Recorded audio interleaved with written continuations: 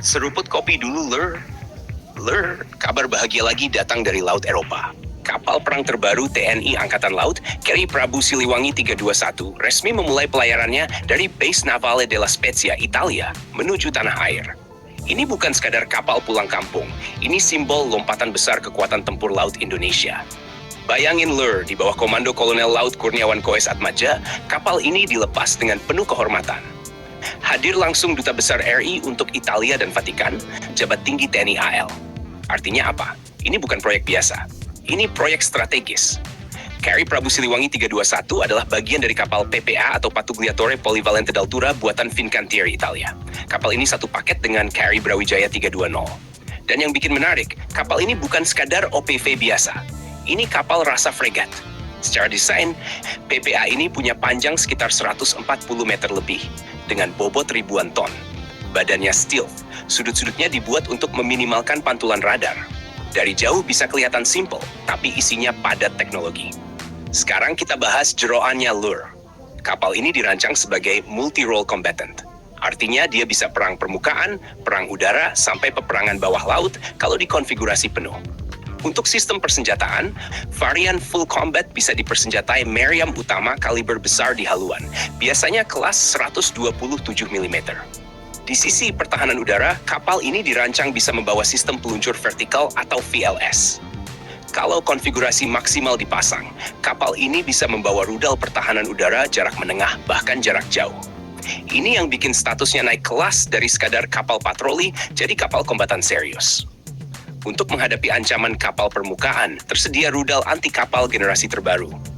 Rudal jenis ini mampu menghantam target ratusan kilometer jauhnya dengan akurasi tinggi. Jadi kalau ada ancaman di laut lepas, Carry Prabu Siliwangi bisa bertindak cepat tanpa harus mendekat terlalu jauh. Belum lagi sistem Close-in Weapon System atau CIWS untuk pertahanan jarak dekat. Kalau ada rudal atau drone menyerang, sistem ini jadi tameng terakhir sebelum mengenai badan kapal.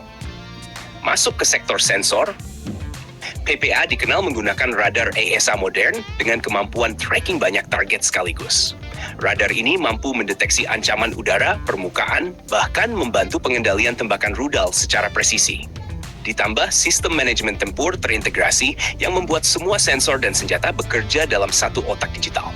Artinya Lur, ini bukan kapal analog, ini kapal era peperangan jaringan atau network-centric warfare. Semua data bisa diintegrasikan dengan kapal lain, pesawat patroli maritim, bahkan satelit. Bagaimana dengan mesin?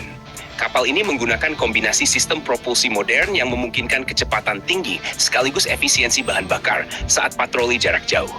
Kecepatan maksimalnya bisa tembus di atas 25 knot. Dan yang paling penting, daya jelajahnya jauh. Cocok untuk negara kepulauan seperti Indonesia yang wilayah lautnya luas banget. Sekarang kita masuk ke sisi strategisnya. Kenapa kehadiran Carry Prabu Siliwangi ini penting? Pertama, posisi Indonesia ada di jalur pelayaran dunia.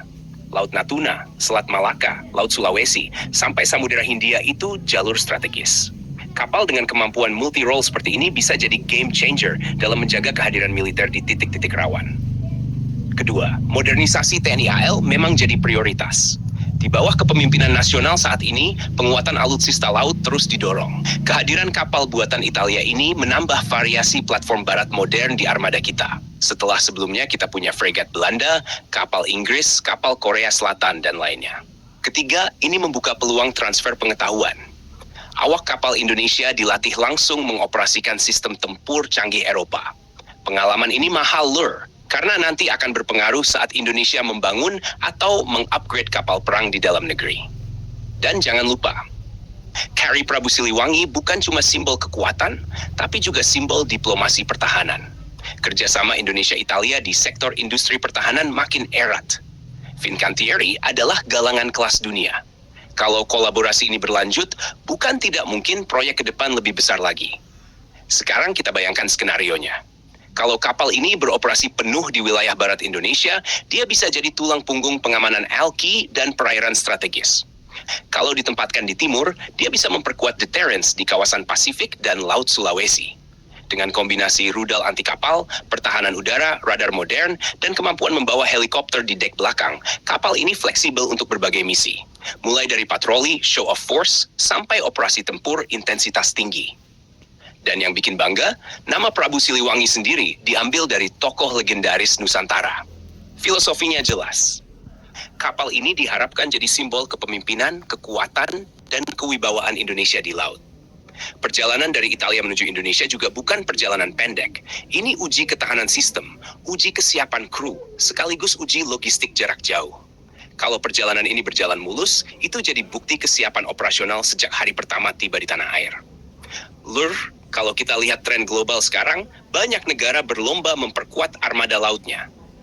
Laut jadi arena persaingan kekuatan besar. Dengan masuknya Kri Prabu Siliwangi 321, Indonesia menunjukkan bahwa kita tidak tinggal diam. Kita ikut bermain di level teknologi tinggi. Pertanyaannya sekarang, setelah Kri Brawijaya dan Kri Prabu Siliwangi, apakah akan ada tambahan unit lagi? Apakah ke depan Indonesia akan mengupgrade persenjataannya ke konfigurasi full combat lengkap dengan VLS penuh? Itu yang menarik untuk kita pantau. Yang jelas, kehadiran kapal ini menandai babak baru armada TNI AL.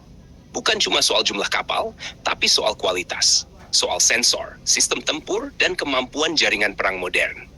Dan kalau kapal ini sudah resmi beroperasi penuh di Indonesia, peta kekuatan laut kawasan bakal sedikit berubah.